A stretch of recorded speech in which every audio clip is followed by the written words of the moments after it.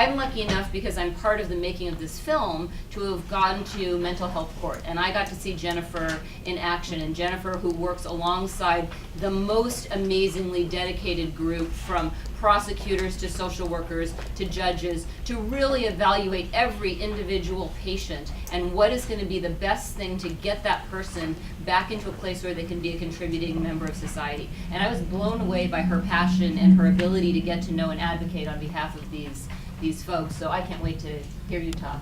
Take it over. I was going to sit, but the prosecutor stood up, so I'm on the fence, and I have to stand up as well.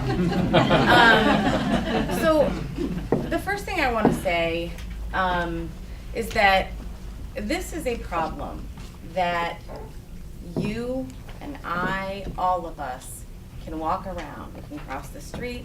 We don't have to look at it. And I am grateful that you're here tonight to take a moment to look at this ugly problem. You don't have to drive through the Tenderloin, but tonight you are, and I'm going to take you right through it. I think about, the Turk and Taylor.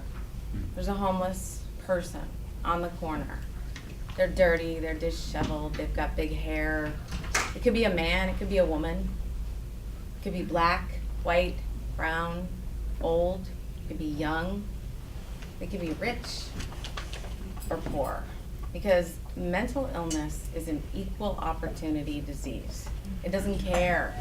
It doesn't care what you are or who you are. And the cruel thing about untreated mental illness is that it also tells you that you don't have it. I'm not sick. And that is why this is an incredibly intractable problem. And I'm going to leave Turk and Taylor. We'll get back to the Tenderloin, don't worry. I'm going to leave him on the corner. And this is a 59-year-old African-American man. He's 6'4", and he has untreated schizophrenia. And I'm going to call him the doctor. I'll come back to him in a minute. So, how did we get here? I'm so glad that David talked about bad criminal justice policy. And I just want to say a word about mental health policy. And I kind of want to debunk a myth. And I apologize. I think that we easily write it off and say we opened up our state mental hospitals and there we are. And we blame it on Ronald Reagan, right? Why not? And I didn't vote for him because, incidentally, I wasn't old enough. But I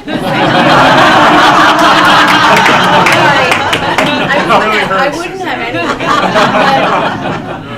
But I think the mistake that we make when we say we just opened up our institutions and therefore here we are, is that a mental health policy was not driven by a desire to hurt people with mental illness. It was actually the tail end of the civil rights movement.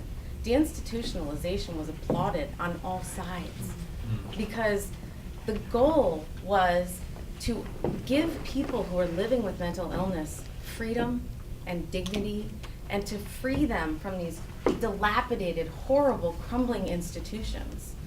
It was a good thing. The problem is that it collided with history. Kennedy was assassinated. Vietnam War happened. It didn't turn out as it was supposed to, and the money never got there. So then that policy, well-intended, collided with bad criminal justice policy and swept up all of these people into jail, into prison. Right now, there are 300 to 400,000 people in prisons and jails across the country who have a serious mental illness. There are another 500,000 on correctional supervision, under the supervision of probation or parole. It's an epic public policy failure. So I started my career, just a little background. I was doing death penalty defense work.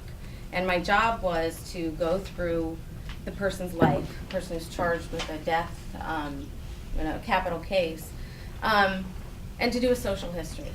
And what I saw every time, mental illness was always a part of it, first of all. But it was points of intervention along the way where somebody could have done something and they didn't. So I had this experience, and there was a judge that was in the courtroom who knew that I had this interest, and she just basically said, I'm doing it. I'm sick of this parade of mentally ill people coming through my courtroom. So she convened a group of various stakeholders. It was a weird group. And she sat us down. We had no money. We had no support. We did it in secret. And we decided we were going to treat 10 to 20 people, which now is hilarious. I alone have a caseload of 125. So it was a much bigger problem than we thought it was. And we started a mental health court. We decided to identify people whose criminal behavior was connected to untreated mental illness and to redirect them to services that if they had had in the first place, they wouldn't be there. But for the lack of availability of treatment, wouldn't be in jail. 11 years later, there's great research, and I'm going to ask them to actually put it on the website, but we reduce recidivism, violence, save money, and that doesn't even count the fact that we're helping people get their lives back. So that brings me back to the Tenderloin, to Turk and Taylor. And I just want to tell you a little bit about the doctor. When he's off his medication, he makes me call him a doctor. I have to. He's not actually a doctor. And he tends toward the grandiose. He was charged with a felony, and he was in custody. When I would go see him in the county jail, he was shackled, like hand, foot, you know. The bailiffs would ask me carefully, do you want us to take off the chains? Yes. And he was very psychotic. One of the most profoundly mentally ill men that I have ever met, and believe me, after 11 years, I've met a lot of people with mental illness. He bounced back and forth between the state hospital and the jail, the hospital, the jail. We could not get him stable. I would go meet with him, and he gave me permission to talk about this, so I just want you to know that I'm not violating any confidence. And we laughed about this because he came in one time with his orange pants all pegged, and he moonwalked into the interview room because on that day he was Michael Jackson. He was singing too, actually, not very well, but you know.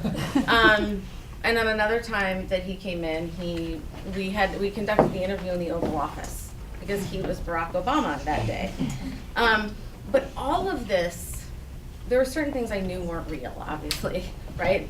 But it was all sprinkled with things that were real.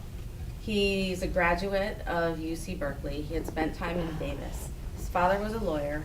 He was an athlete, a wildly intelligent man who remembers everything. And somehow, the doctors found the right set of medications. And he got out of custody. And on Thursday, he came into my office.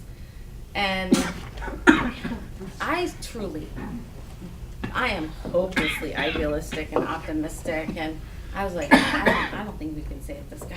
Like, I think he's lost. I don't think we'll get him back from the hospital. I don't think we'll get him back to reality. And he came into my office in all clean shaven in a very nice jacket, very nice Italian leather shoes. And he gave me his personal statement. It's a statement that he wrote to get accepted into San Francisco State to go into their peer counseling program. And he's going to be a great peer counselor. I mean, never did I expect this man to walk into my office and calmly, insightfully tell me, this is what it's like to be mentally ill.